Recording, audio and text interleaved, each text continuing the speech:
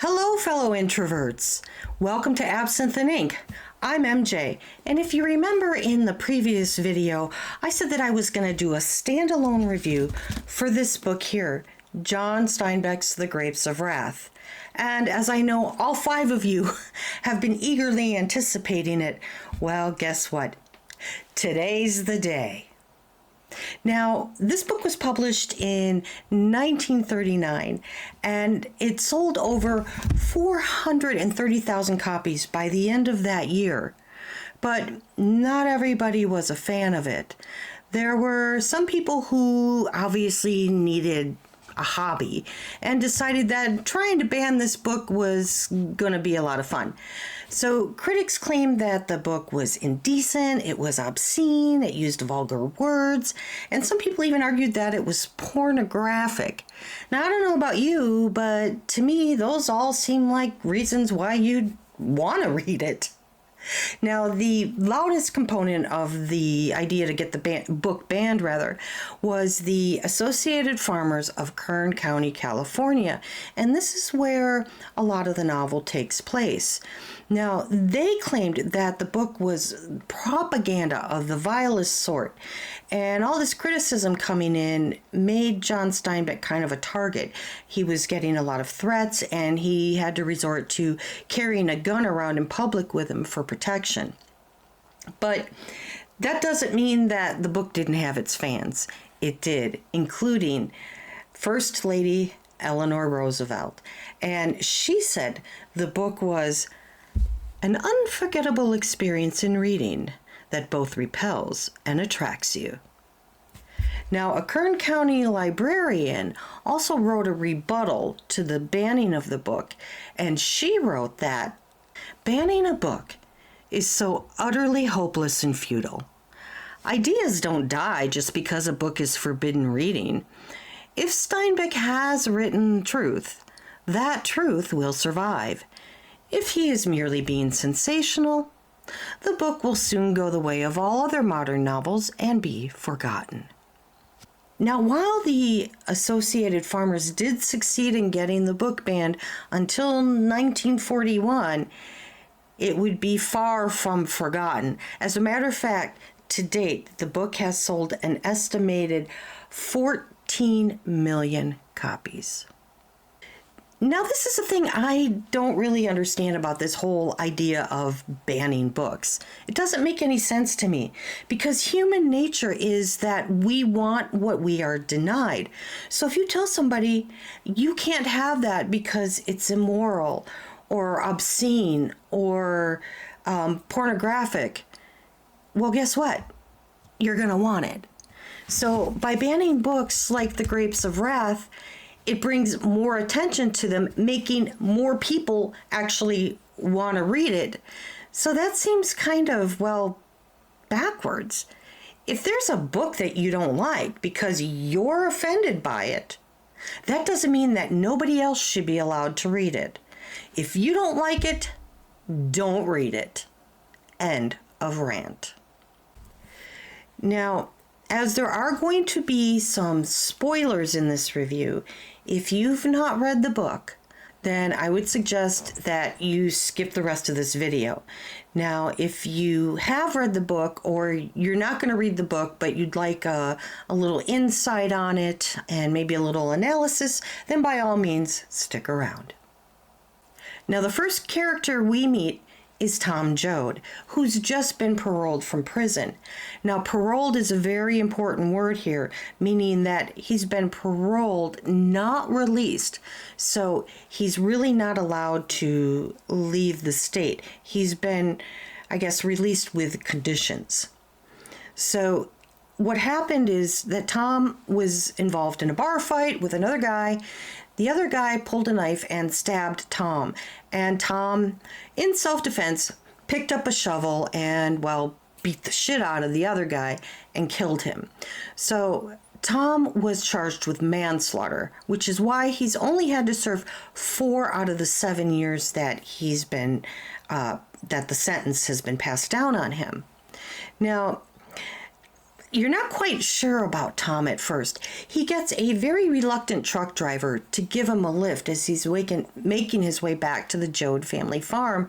And Steinbeck does a brilliant way of conveying the nervousness and suspicion that the truck driver feels, because he's given Tom the side eye as he's driving, and Steinbeck describes the white knuckles gripping the steering wheel.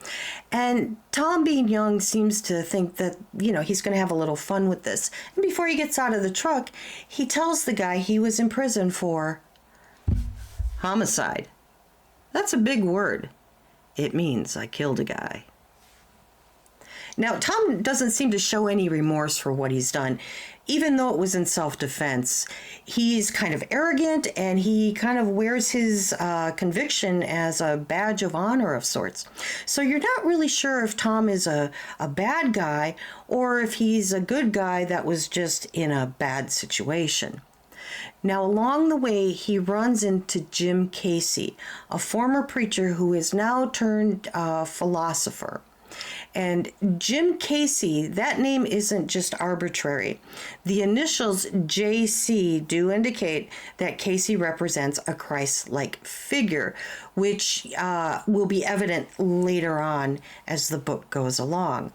Now, Tom and Jim, or Casey as he's called throughout the book, decide to walk to the Joad family farm together. But when they get there, nobody's there.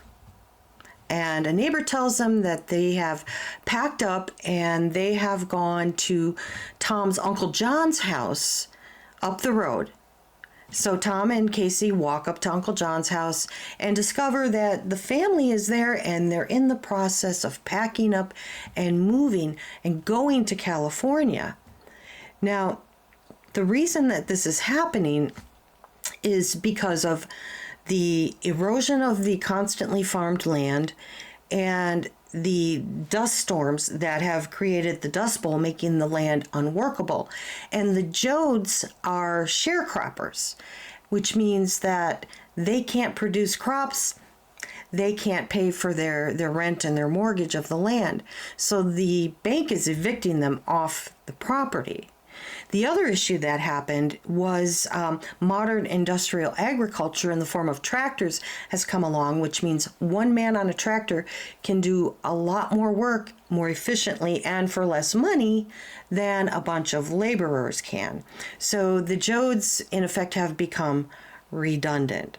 Now, the Joad family consists of Ma and Pa Joad, Grandma and Grandpa, Tom's brothers Noah, Al, and Winfield, and his sisters Ruthie and the 18-year-old pregnant Rose of Sharon, and her 19-year-old husband Connie Rivers, along with Uncle John. So they all get into this jalopy of a truck and head west on Route 66.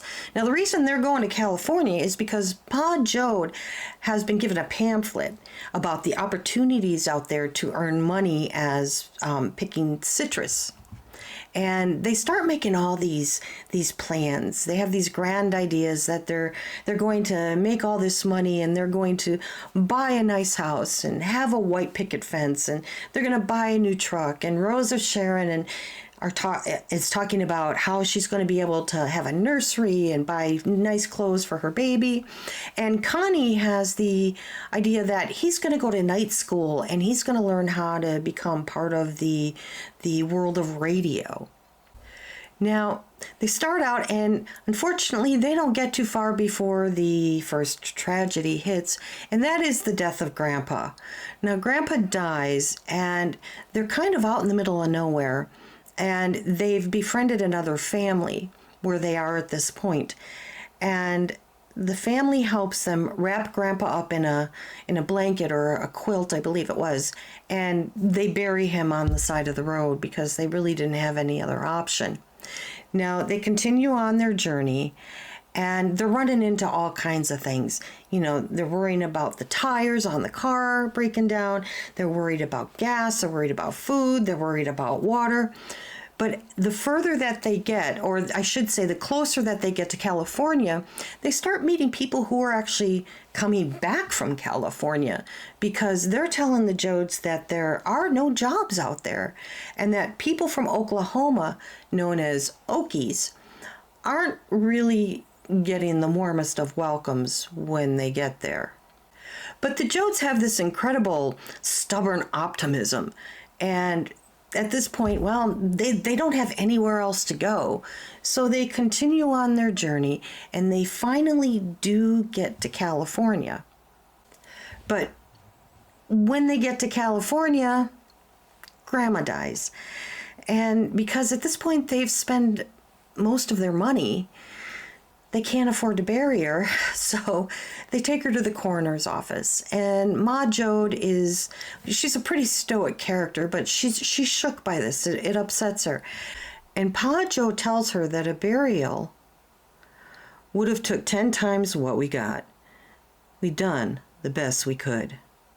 Now, the Jodes are moving around from camp to camp as they're looking for work.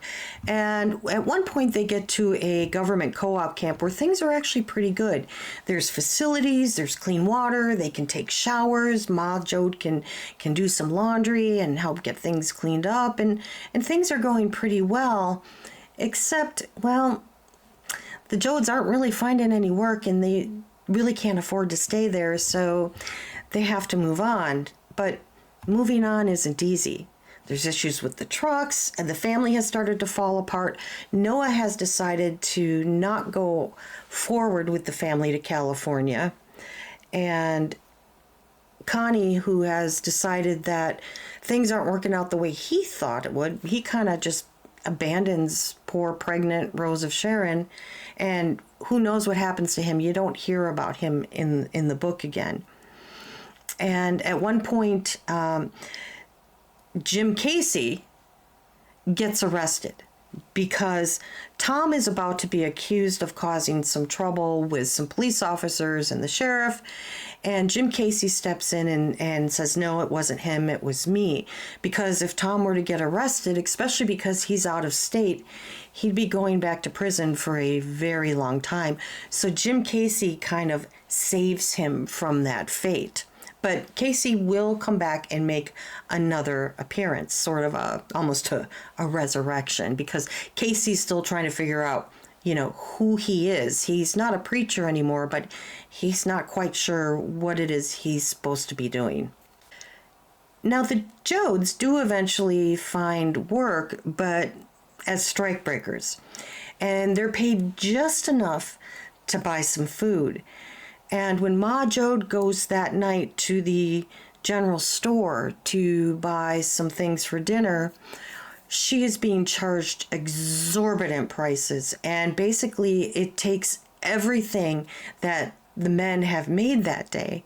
And so this is just another example of the exploitation that was happening to these migrants that were coming in from Oklahoma. Now, the next day, the men go to work and they're told they're going to be paid half wages. And they couldn't afford to really survive on what they were making before. But they have no choice, so they have to accept those half wages. Now, later that night, Tom is kind of walking around the camp and he kind of hears some voices, and he kind of goes to check things out, and he runs across a group of men. And among them is Jim Casey. Now, Casey is kind of a labor union organizer. He's getting the workers together to say, hey, this isn't right. We got to take a stand. And Tom is listening to Casey talk, but Tom isn't the only one listening. There's also some other people who are listening, and these people, if I remember correctly, are actually hired to break up any kind of union. So there's an altercation, and a guy kills Jim Casey with a pickaxe, and Tom Jode sees this and loses his shit and kills the guy who killed Casey. Now, this is really bad for Tom. I mean, killing the guy isn't bad enough, but because he's already been convicted of manslaughter and he's broken his parole, well, he's probably going to get hung if he's caught, So he has to go into hiding. Now, at this point in the story, the weather has changed and it has been raining incessantly.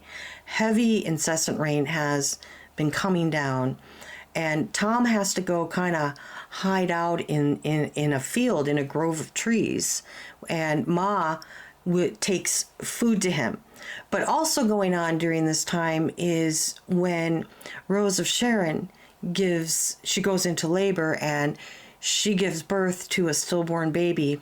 Now, we don't know the gender of the baby, and the baby is never named. And Uncle John takes the baby down to the flooded river and sets it off. Now, at the same time, the boxcar that the Jodes are living in with another family, they've put up blankets to cordon off the sections that the two families live in, and they get along. But the floods are starting to get into the boxcar, and they know they can't stay there. Pa Jode goes out with some of the other men, and he tries to dig a trench, and that just makes things worse. So again, the Jodes have to leave, and they pack up, and they look for higher ground. Now, they do find a temporary place to go in an old barn, and when they go into that old barn, they're surprised to find a young boy and his father, and the father is dying of starvation because he's given all the food to the boy. Now, Ma Jode and Rose of Sharon share kind of this look, and it's kind of a silent understanding, and Ma Jode takes everybody out of the barn, and Rose of Sharon attempts to save this man by breastfeeding him. And that's how the book ends. I was totally unprepared for that ending. As a matter of fact, when I finished reading, I was flipping the pages looking for the rest of the story. But the one character in this book that I really loved, of course, was Ma Jode. I mean, she is a mama bear. The dedication to her family and her unwillingness to give up is nothing short of heroic. She is absolutely the backbone of the family. And through all the adversity that they go through, Ma Jode manages to keep her dignity when everybody else is falling apart, including Pa Jode.